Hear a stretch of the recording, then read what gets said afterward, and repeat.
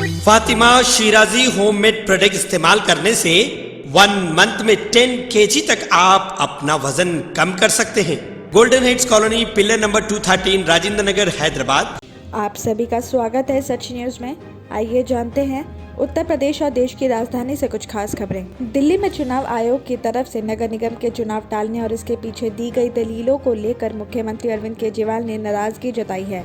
उन्होंने चुनाव आयोग पर केंद्र सरकार के आगे झुकने का भी आरोप लगा दिया है। आपको बता दें कि मुख्यमंत्री ने शुक्रवार यानी आज प्रेस कॉन्फ्रेंस करके केंद्र पर जानबूझकर संस्थाओं को कमजोर करने का भी आरोप लगाया है। केजरीवाल ने प्रेस कॉन्फ्रेंस की शुरुआत करते हुए कहा कि दिल्ली में नगर निगम के चुनाव होने थे, जिसे लेकर राज्य निर्वाचन आयोग ने 9 मार्च को सुबह एक प्रेस इनवाइट जारी किया था। शाम 5 बजे तक आयोग चुनाव की तारीखों का भी ऐलान करेगा। उसी शाम 1 घंटे पहले शाम 4 बजे केंद्र ने चुनाव आयोग को चिट्ठी लिखी कि हम दिल्ली के तीनों निगमों को एक करना चाहते हैं, इसलिए आज चुनाव टाल दें। केजरीवाल का आरोप है कि इसके बाद चुनाव आयोग ने एमसीडी के चुनाव टालने का ऐलान कर दिया और शायद देश के 75 सालों के इतिहास में ऐसा पहली बार हुआ होगा कि केंद्र सरकार ने सीधे किसी राज्य के चुनाव आयोग को चुनाव टालने के लिए कहा होगा। साथ ही केजरीवाल ने पूछा कि बीजेपी शासित सरकार बीते लगभग 8 साल में केंद्र में है और अगर उन्हें तीनों निगमों का एक ही करना था तो पहले क्यों नहीं किया।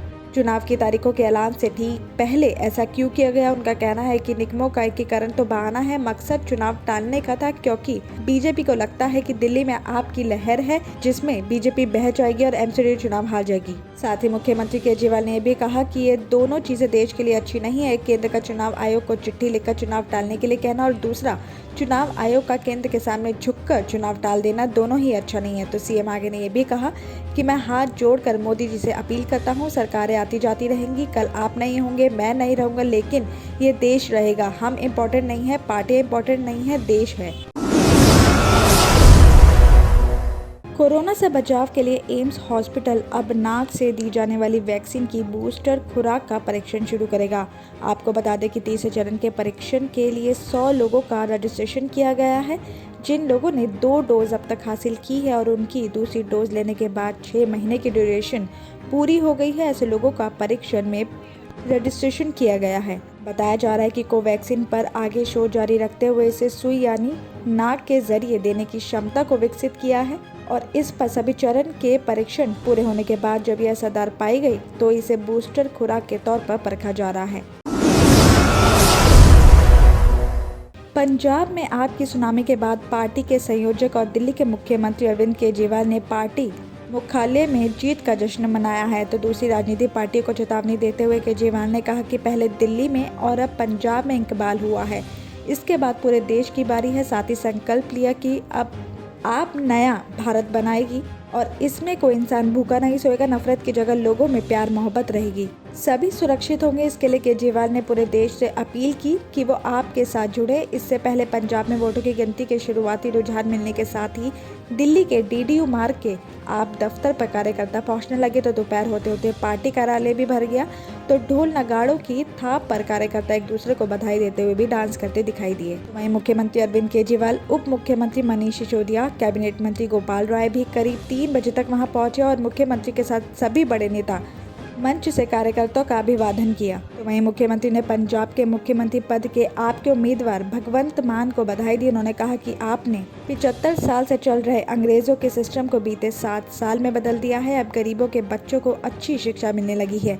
तो बाबा साहब और भगत सिंह का सपना पूरा होने लगा है। केजरीवाल के मुताबिक नतीजों के जरिए जनता ने बता दिया कि केजरीवाल आतंकवादी नहीं है, आतंकवादी वो लोग हैं जो मिलकर देश को लूट रहे हैं। उन्होंने कहा कि आने वाला समय भारत का है, भारत को दुनिया का नंबर 1 देश बनने से अब कोई नहीं रोक सकता है। तो वहीं केजरीवाल ने पंजाब की जनता को बधाई देते हुए कहा कि आपने कमाल कर दिया। यूपी असेंबली चुनाव में भाग लेने का फैसला असदुद्दीन ओवैसी के लिए सही साबित नहीं हुआ और इस चुनाव में यूपी की जनता ने ओवैसी की पार्टी AIMIM को पूरी तरह नकार दिया। आपको बता दें कि गुरुवार को जारी हुई चुनाव के नतीजों में AIMIM के अधिकतर उम्मीदवार 5000 से ज्यादा वोट हासिल नहीं कर पाए। शाम 4 बजे तक की काउंटिंग में ओवैसी की पार्टी को यूपी में आधा फीसदी से भी कम वोट मिलता हुआ नजर आया। तो वहीं चुनाव आयोग की वेबसाइट के मुताबिक यूपी के AIMIM को अभी तक 0.43% ही वोट मिले हैं और AIMIM ने यूपी असेंबली चुनाव में 100 उम्मीदवार चुनाव मैदान में उतारने का दावा किया था। ओवैसी ने अपने उम्मीदवार उन्हीं सीटों पर उतारे थे जो मुस्लिम बाहुल्य थी। गुरुवार को सामने आए चुनावी नतीजों से साफ है कि उन्हें यूपी के मुसलमानों के साथ आम मतदाताओं ने बुरी तरह नकार दिया है। तो वहीं चुनाव के नतीजे के बाद असदुद्दीन ओवैसी ने रिजल्ट पर बयान जारी किया। ओवैसी ने कहा कि यूपी की जनता ने बीजेपी को सत्ता सौंपने का फैसला किया। मैं जनता के इस नतीजे का सम्मान करता हूं। मैं यूपी में काम करने वाले AIMIM के राज्य अध्यक्ष, वर्कर, मेंबर और हमें वोट देने वाले आम लोगों का शुक्रिया अदा करते हैं।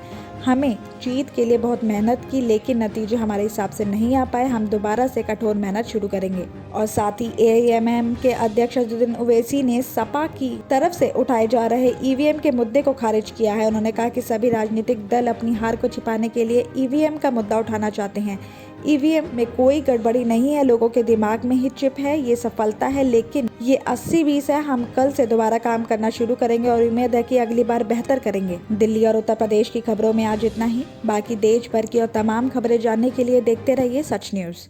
गाजी kidney centre and multi speciality hospital, गुर्दे और बवासीर के इलाज का 40 साल मशहूर हॉस्पिटल, जहां हजारों पेशेंट्स क्योर हो चुके हैं। Doctor Husaini international national award winner और दूसरे डॉक्टर्स और लेडी डॉक्टर्स की जेर खिदमत गुर्दे के तमाम अमराज का मुकम्मल ट्रीटमेंट किया जा रहा है। गुर्दे फेल हो चुके हों, डायलिसिस करवा रहे हों, याद रखिए डायलिसिस कोई इलाज नहीं, इससे 1% भी गुर्दे रिकवर नहीं होते। हाँ, डायलिसिस टेम्पररी रिलीफ दे सकता है, लेकिन हमारे ट्रीटमेंट से गुर्दे फिर से फंक्शन में आ सकते हैं। गुर्दे श्रिंक हो गए हों या सिस्ट हो, गुर्दे की पथरी हो, कैसी भी गुर्दे की तकलीफ हो या पाइल्स यानी बवासीर, चाहे ब्लीडिंग हो या कोम, बगैर ऑपरेशन मुकम्मल क्योर ट्रीटमेंट का एक ही centre, Ghazi kidney centre, DLRL main road, opposite Vikas high school, Chandrayangutta, Hyderabad. Cell 9966930824 या 9391326261।